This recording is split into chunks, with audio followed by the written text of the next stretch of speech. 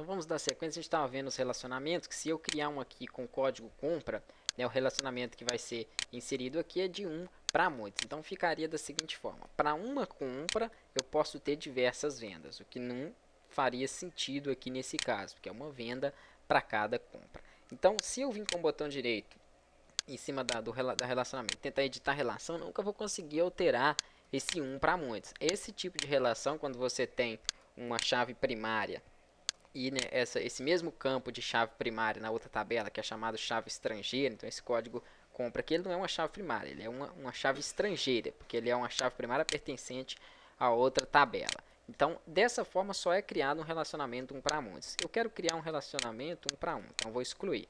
Para isso, eu não tenho que ligar esses dois campos. Eu ligo o código da compra com uma outra chave primária da tabela em que eu queira, que seria o código da venda. Ele já me dá o tipo de relação aqui 1 para 1. Então, só vai ser possível, né, relacionar uma compra com uma venda. Não tem como eu fazer várias compras para várias vendas. Ele fala aqui que o código da venda do campo na definição do índice ou da relação. Então, definição código venda de campo invada na definição do índice ou da relação. Então, vou ter que analisar nas tabelas o que está errado, né, nesse código venda. Ele tem que ser autonumeração também, como esse. Tem que ser de mesmo atributo. Para fazer isso aí, eu vou dar um duplo clique na tabela venda e venho aqui, ó, pode ser até com o botão direito mesmo, já entro no modo design dela. Ok, tá, numeração automática. O código da compra também, numeração automática. Então vamos visualizar ele novamente. É importante que vocês fechem essas tabelas aqui antes de criar, né, essas relações. Então arrasta, marca para impor integridade referencial, criar. Deixa eu analisar o que está dando. Tá certo. O que está dando de erro aqui, ó? O que dá errado é o seguinte: quando eu tenho uma ligação, né, junção de chave primária com chave primária, eu não posso propagar atualização de exclusão e nem de registro dos campos. Primeiro, porque aqui não vai ter modificação, devido a ele ser numeração automática, então é isso que ele avisa ali.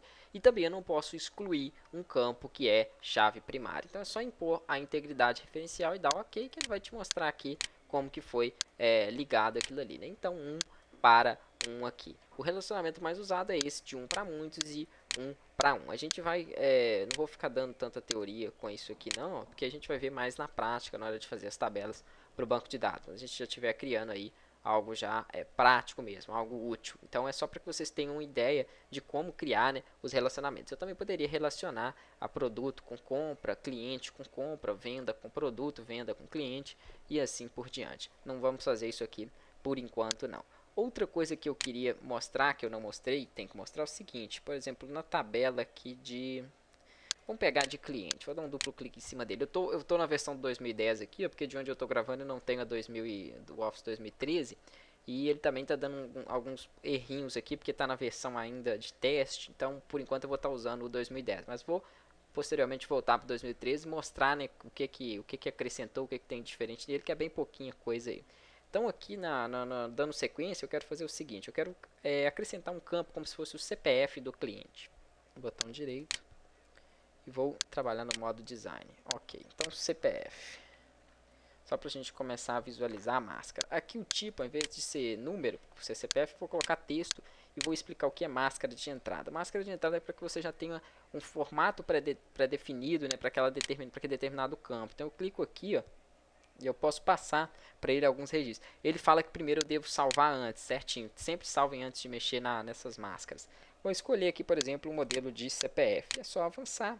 Aqui eu tenho como escolher caractere para ficar como separador, né, se eu quero ponto. Então tem aqui alguns modelos. Vou deixar o padrão, que é para CPF mesmo, avançar e concluir. Então se eu for preencher isso aqui, ó, deixa eu vir aqui para o modo de estrutura. Modo. Ok, sim, perfeito. Quando eu for tentar preencher o CPF, ó, repara que ele já tem para mim ali, né, a numeração já pré-definida. Então já facilita bastante saber trabalhar com as máscaras. Poderia ser outra coisa também. Deixa eu salvar ela aqui. Vamos fazer como se fosse um telefone. Botão direito, modo design. Só que eu quero pré-definir isso aqui. Então, telefone. Nem sempre preciso escolher uma máscara pronta. Deixa eu salvar antes, que ele pede para salvar. Venho aqui na máscara de entrada, vou até abrir a opção de máscara. Em vez de eu escolher um modelo pré-definido aqui, ó, eu clico aqui para poder editar lista. Então eu mesmo posso criar, né, o meu tipo de máscara aqui. Eu quero, por exemplo, como aqui. Deixa eu apagar esses exclamação. Vou deixar, por exemplo, somente os dois dígitos ali. Deixa eu deletar tudo. Então eu queria, por exemplo, parênteses. Dentro desse parênteses, dois dígitos como se fosse o DDD. Ok. E aqui mais 6 números. Pô, tudo com 9 aqui. Beleza.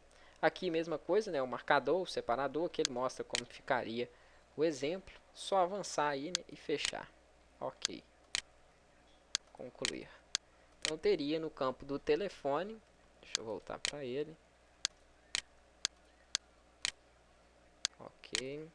Aquela pré-definição que eu fiz ali. Se eu fosse preencher ele, então 31. Beleza. Então, essas máscaras aí é importante que auxiliem a gente aí na hora de editar, né, o projeto. Próxima aula a gente dá sequência.